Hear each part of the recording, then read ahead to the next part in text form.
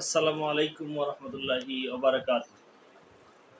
Viewers, আমি এখন আলোচনা করব কুকুর তাড়ানো পীর। এটা হলো প্রতারণার যুগ। পূর্বে এরূপ ছিল না।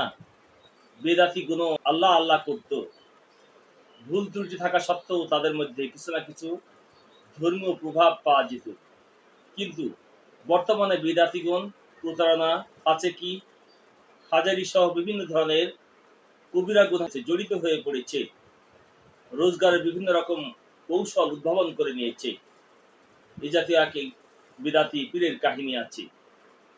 এক গৃহবধূ এ পীরের ভক্ত ছিল। মুরিদনির বাড়ি গিয়ে পীর মেহমান হয়ে বসলো। দস্তরখানার সামনে বসে চিন্তা করতে লাগলো কিভাবে বেশি মুরিদ পাওয়া যায়। হঠাৎ উঠে একটা লাঠি নিয়ে ছুটতে লাগলো। একবার এদিকে যায়, একবার ওদিকে যায়। খুব জোরে মাটিতে আঘাত করে আর বলে, কবির দূর হয় এখান থেকে, বের হয় এখান থেকে, নাপাক কোথাকার। এরপর হাঁপাতে হাঁপাতে আবার এসে খেতে বসলো। মুরিদনি বলল, কি হয়েছিল মিয়া সাহেব? পীর বলল, কাবা ঘরে কুকুর প্রবেশ করেছিল, বের করে দিলাম। মুরিদনি চিন্তা করলো, পীর সাহেব হাকিকত প্রাপ্ত হয়েছেন বটে, পরীক্ষা করা প্রয়োজন। গৃহবধূটি ছিল খুব বুদ্ধিমতী। পীর সাহেবের সামনে ভাত রাখলেন। পীর সাহেব ভাতের প্লেট সামনে নিয়ে রইলেন, মুখে ভাত দেন না।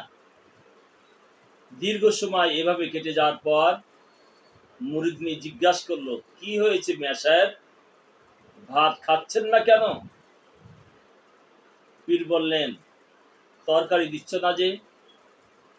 তরকারি ব্যতীত ভাত খাই কি দিয়ে? মুরিদনি বলল, এত দূরে কাবা শরীফে কুকুর প্রবেশ করেছে, দেখতে পেলেন, আর সামনে বসানো ভাতে ঢাকা তরকারি দেখতে পান না। পীর মুরিদনির কৌশল বুঝতে পারলেন, অত্যন্ত লজ্জিত হলেন। জীবনে এই জাতীয় কাজ আর করবেন না বলে ওয়াদা করলেন। কাজেই এদেরকে এভাবেই জব্দ করা উচিত। আল হেফাজতুল ইয়াউমিয়াহ হক্কানি পীরের পরিচয় 18 পৃষ্ঠায় এটা লিপিবদ্ধ আছে।